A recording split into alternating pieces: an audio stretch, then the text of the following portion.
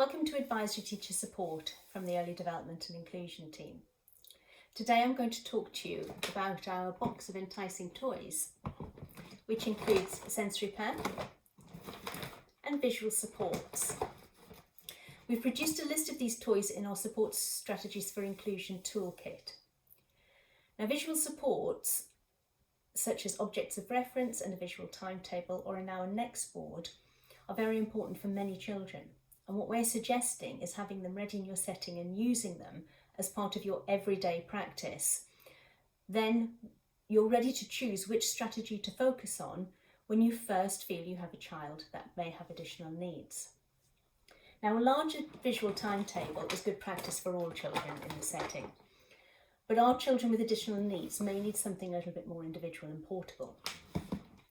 We've included these on our list, and we found these on Amazon. What we like about them is that they are light, they're portable, they're very easy to use, and the size of the picture is a good size when you're using it alongside picture exchange. They're available from a company called Create Visual Aids, and they do produce a whole range of stuff which is brilliant. What we've done with our toolkit is we've photographed everything and put it on the side of the box. So for an example, you might have a child who struggles to get through lunch and they need something as a way of actually getting them to sit at the lunch table and engage with lunch. So you might choose something from your sensory pack. It might be something like a colourful pop-it toy. So you can use that as a now and next strategy. So now it's lunch, next it's the rainbow pop-it. It might be that the child needs the rainbow pop-it as they're having their lunch, but they're still following that idea that to have their lunch, to get the rainbow pop-it, they need to sit and have their lunch. It might be that nappy changing time is a difficult one for the child. So to have their nappy change, they might need, let me choose one. They might need bubbles. So it might be that you entice them by saying nappy change first, then bubbles, but it might be that the bubbles actually forms part of the nappy changing, because that's the way to actually get them to do that. When you're using a visual timetable, we'd recommend keeping it quite simple. I mean, there's 5 things on here, with home being the last one. So it's playtime, then snack, then outside play, then story time, then home. And these can be taken off and used alongside your now and next at various times as well.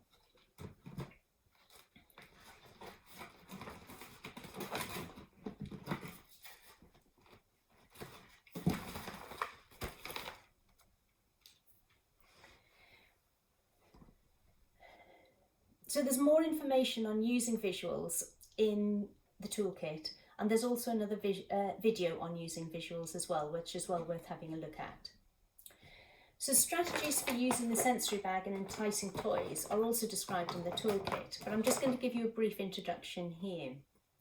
So these are toys that the edit team have tried and tested over many years and found to be the most successful in supporting a child's interest, engagement and attention. So the bag has things in that appeal to the senses. So they're things with colour and movement, like a slinky spring, always a favourite. We found this little wind-up elephant, which is actually a fan, and you get a bit of a breeze, and you also get a sound as well, which is quite a nice one. We tried to go for things that were battery free, because we know how difficult it can be when you've got a whole load of things that are battery operated. Similarly, this lovely little pig torch is actually a wind up one. So that's quite a nice motivating one as well. One of our favourites always is a balloon and a balloon pump.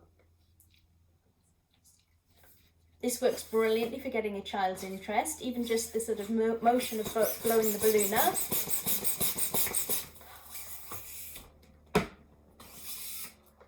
But then we've got a really exciting, ready, steady, go! Wow.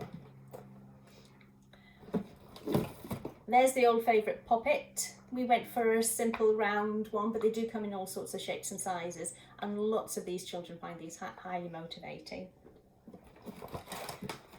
Something like a little pop-up toy works well.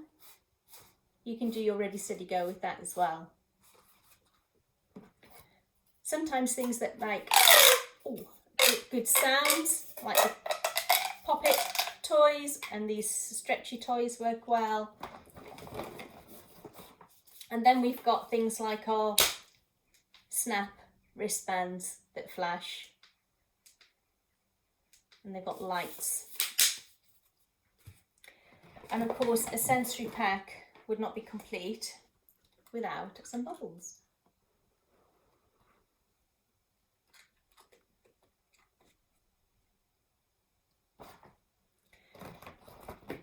The idea of the sensory pack is that it should be on hand as and when you need it.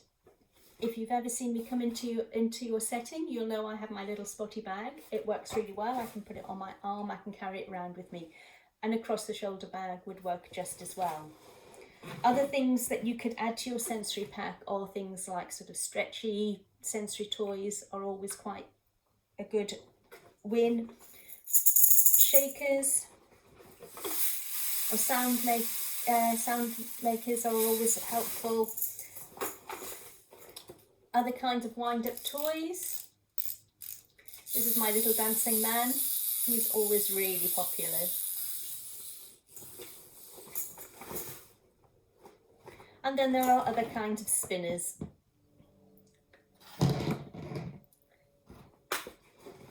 But whatever you have in your pack, the idea is that you have it handy so that something can be easily grabbed when the child needs it. So if the child is upset or distressed and needs calming or distracting, you can grab something out of the bag.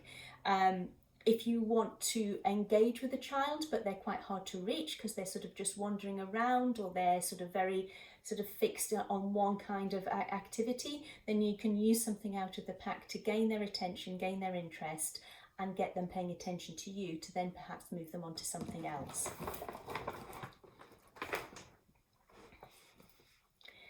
So now onto the toy box.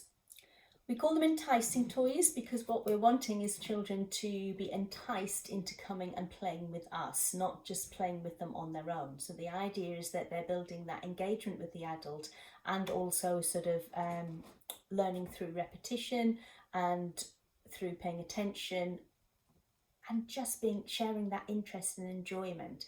We're working towards joint attention with a lot of these activities, but also sharing and turn taking. So these are some of our favourites. A good one for a starting point is the good old spinner. Nice and stop it, that one. Another favourite on our list is the Jack in the Box. Great for building up.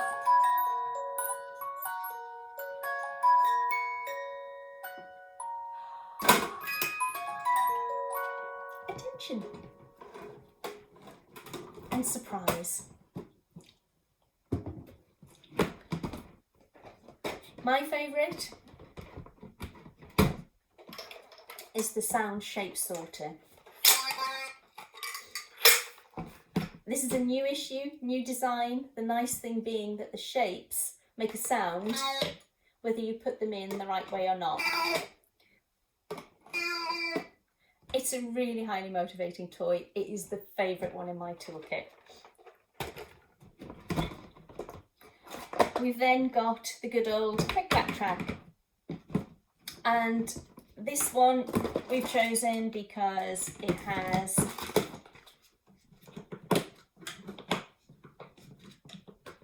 a little carport that sits on the top. So you can put your little cars on there, and then they take their turn to come down. Brilliant for turn taking, for sharing the activity and enjoyment. With my track, I have the cars in a little box. It's sometimes a little bit of a tricky box to open, so it helps the children can see what's in the box because the picture's on the front, but they might not be able to get it open, so they might need to offer it to me to help. So that's that joint attention that I'm looking for, that asking for help, that communication. And then inside, as well as the cars, I have a little picture of one car which I can use if I'm beginning to think the child might be ready for that stage one of picture exchange. I can start it with the car track.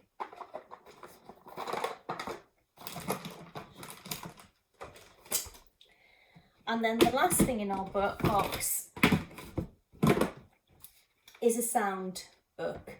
Really lovely, simple, bright, colourful, everyday objects with the sounds that go with them. This isn't working yet because I haven't pulled the tab out. But we wouldn't be teachers if we didn't include a book. Other things I would recommend of having just something like a small tray, because it helps keep things contained in one place. Creating an area with a rug or a mat of some sort actually indicates that this is a one child only space, so it's one child with the adult.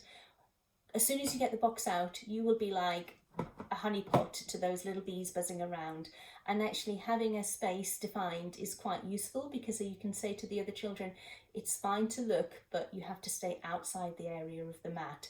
And it means it helps build their attention skills as well, because actually you're focusing on working one-to-one with an individual child. One of my favourites, which is in my toolkit, is just a tube of balls. A Pringle pot works absolutely brilliantly for this. Again, it's fantastic if I use it with my tray, because I can say ready, steady, go, and the balls fall out, but they stay contained, they don't scatter everywhere. It's great for posting, for counting, 1, 2, 3, 4. I've also got a little picture of the ball on the end, velcroed, which again I can use for picture exchange if I feel it's appropriate.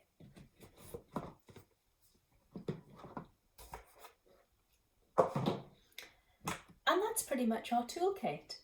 Now, the best way to make good regular use of your sensory bag and the box is to make sure that they're readily available.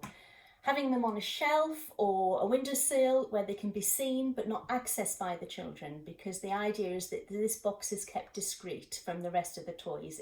They're toys that are going to be used with individual children at particular times. Now, you can choose to put a box together with toys that you already have in your setting. You may already have very similar toys that would work in a box, and that's absolutely fine. Or you can have a look at our suggested list and see if there's anything that you would like to add to that.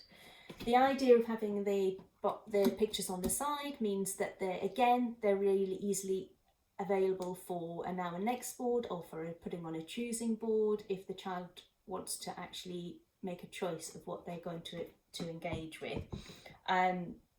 You can also use the toys for building up towards a simple workstation with a sort of a first, a next, and a then activity, with the most highly motivating, usually something like bubbles at the end when the child's finished the other tasks. What I would say is the idea of having the box and the sensory kit and the visuals in place is getting ahead of the game, being ready for those children who might start to show some communication and engagement difficulties, or for a child that might just arrive at your setting who you immediately identify has some special needs, special educational needs or communication difficulties. Having the box on hand will enable staff to support children with additional needs quickly and easily, and the resources will be on hand in your enabling environment for them to use. So, have fun putting your box together. When we come and visit, we will love to see what you've done, and what's in your box, and we'll probably want to use it as well. So have fun. Thank you.